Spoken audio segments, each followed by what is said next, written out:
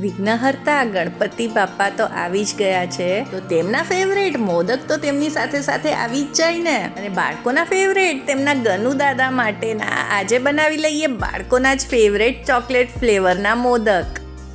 જય શ્રી કૃષ્ણ મિત્રો, કેમ છો તમે બધા? હવે આપણા ઘરમાં કે આપણી આસપાસ ગમે ત્યાં ગણપતિ બાપા આવે ને એટલે આપણા ઘરમાં તો મોદક બને જ.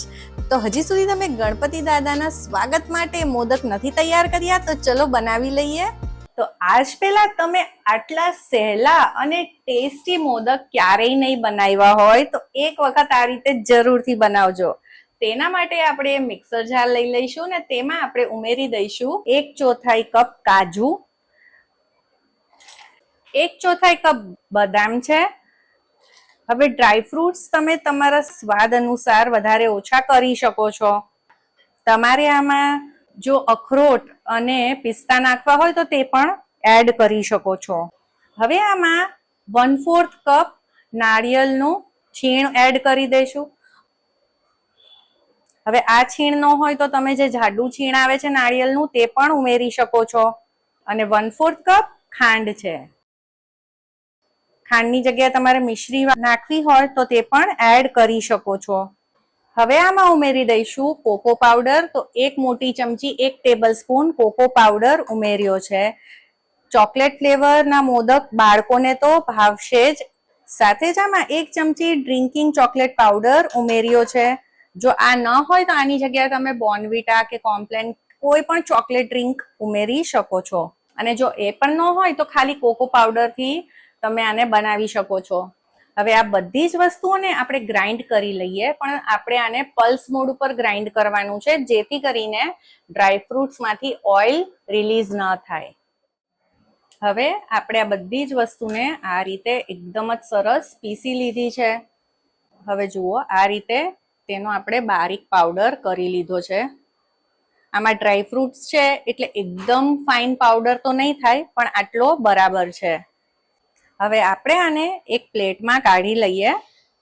જો આપણી પાસે સમય ઓછો છે અને વધારે કંઈ તૈયારી કરવાનો કે બીજા કોઈ લાડુ બનાવવાનો સમય નથી તો આ ઓછી મહેનતે અને ઓછા ટાઈમમાં બની જાય છે. અને ટેસ્ટ પણ એટલો બધો સરસ છે અને બાળકોને તો આ એટલા બધા ભાવશે.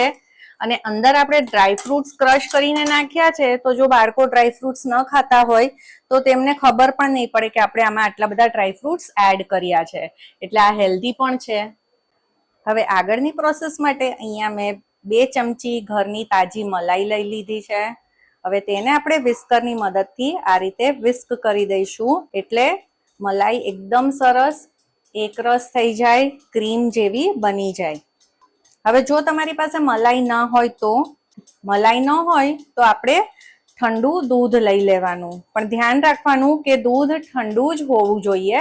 મારી ચેનલ પર ચૂરમાના લાડુની રેસીપી પણ છે, તેમાં મેં બધી જ નાની મોટી ટિપ્સ શેર કરી છે જેથી એકદમ જ પરફેક્ટ ચૂરમાના લાડુ બનશે અને બનશે એકદમ દાણેદાર અને સોફ્ટ. હવે આ મલાઈ તમે જોઈ શકો છો એકદમ ક્રીમ જેવી બની ગઈ છે. હવે આપણે મોદક બનાવવા માટે આ જે મલાઈ છે એને આપણે આમાં એડ કરીશું.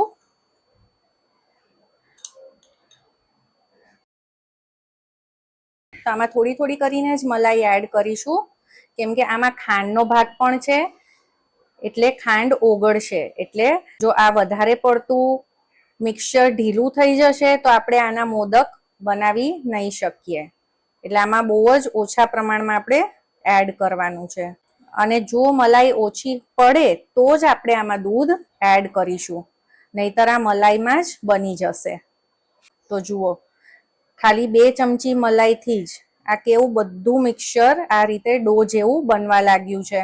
અને આમાં વધારે મલાઈની જરૂર નહીં પડે. આપણા ઘરે ગણપતિ દાદા પધારવાના હોય અને આપણે પ્રસાદ બનાવવો હોય, મોદક તૈયાર કરવા હોય પણ સમય ન હોય તો એવા ટાઈમે આ મોદક ઝટપટથી બસ આ રીતે 5 જ મિનિટમાં બની જાય છે. તો જુઓ તમે, જરા પણ વાર લાગી અને ન ઘી કે ન માવો કે ન મિલ્ક મેડ કે પછી મિલ્ક પાવડર કોઈ પણ વસ્તુ વાપર્યા વગર આપણે આનો ડો ફક્ત 5 જ મિનિટમાં તૈયાર કરી લીધો છે. અને આમાં તમે જુઓ એમાં શાઇન પણ એટલી સરસ આવી છે, કેમ કે ડ્રાય ફ્રૂટ્સ નાખ્યા છે આપણે અને નાળિયેરનું ચીણ પણ છે, એટલે આમાં ઘીની જરૂર નથી. જો કેવું સરસ શાઇન આવે છે. તો બસ હવે આપણે હાથ ધોઈ લઈએ અને પછી આમાંથી આપણે મોદક તૈયાર કરી લઈએ. તો આપણે જે મલાઈ લીધેલી એમાંથી આટલી મલાઈ બાકી રહી છે. અને જો આ ડો બનાવતી વખતે કદાચ આ ઢીલો થઈ જાય તો તમે થોડી વાર ફ્રીઝમાં રાખી દો આને સેટ કરવા. અને જો તો પણ વધારે ઢીલો લાગે તમને તો તમારે એમાં થોડું નાળિયેરનું છીણ એડ કરી દો, કાં તો પછી ડ્રાય ફ્રૂટ્સને થોડાક પીસીને એમાં એડ કરી દો, તો એ પરફેક્ટ બની જશે. એટલે આમાં તમારે મલાઈ કે દૂધ એડ કરવામાં ખૂબ જ ધ્યાન રાખવાનું. અત્યારે તો આપણો આ ડો એકદમ જ પરફેક્ટ છે. હવે આ રીતે જે મોદક મોલ્ડ મળતા હોય છે માર્કેટમાં, એ અહીંયા મેં લઈ લીધું છે. તમે નાના મોટા કોઈ પણ સાઈઝ આમાં લઈ શકો છો. તો હું અત્યારે આવા નાના નાના મોદક તૈયાર કરવાની છું. આને ગ્રીસ કરવાની જરૂર નથી, આ એમનેમ જ સરસ નીકળી જશે. ગ્રીસ કરવું હોય તો તમે ઘીથી ગ્રીસ કરી શકો છો. તો હવે થોડુંક આવી રીતે સ્ટફિંગ મૂકી આપણે આને આ રીતના બંધ કરી લઈશું અને આને પ્રેસ કરીશું એટલે અહીંયા ઉપર સુધી સ્ટફિંગ સરસ રીતે ભરાઈ જશે. આ મોદકમાં તમે બાળકોનું ફેવરેટ કોઈ પણ સ્ટફિંગ ભરી શકો છો, એમને ભાવતું હોય એવું. અહીંયા હું ચોકલેટના પીસ આમાં નાખી રહી છું અને પછી આપણે આને કવર કરી દઈશું. હવે નીચેથી સીલ કરી દીધું છે આપણે અને આપણે આને ખોલીએ તો જુઓ કેટલો સરસ મોદક આ તૈયાર થઈ ગયો છે. તો આ જ રીતે આ આપણે મોદક તૈયાર કરી લઈશું. હવે તમે ગણપતિ દાદાના સ્વાગત માટે ઘરમાં શું શું કરો છો તૈયારી, એ મને જરૂરથી કમેન્ટમાં કહેજો કે કઈ એવી રેસીપી કે સ્વીટ કે લાડુ તમે તૈયાર કરો છો.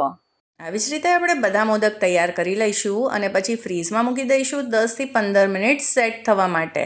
અને આજના માપથી લગભગ 9 થી 10 જેટલા આ નાની સાઈઝના મોદક તૈયાર થાય છે. અને જુઓ કેટલા બધા સોફ્ટ બન્યા છે અને ટેસ્ટ તો એટલો બધો સરસ છે કે એકવાર તમે બનાવશો તો એમનેમ પણ તમે જરૂર બનાવવાના છો. તો આજની રેસીપી જો તમને ગમી હોય તો તેને લાઈક કરી દેજો, તમારા ફ્રેન્ડ્સ અને ફેમિલીમાં શેર કરજો અને ચાર્મીસ ગુજરાતી રસોઈને જરૂરથી સબસ્ક્રાઇબ કરજો. બધાને જય શ્રી કૃષ્ણ અને ગણપતિ બાપ્પા મોરયા.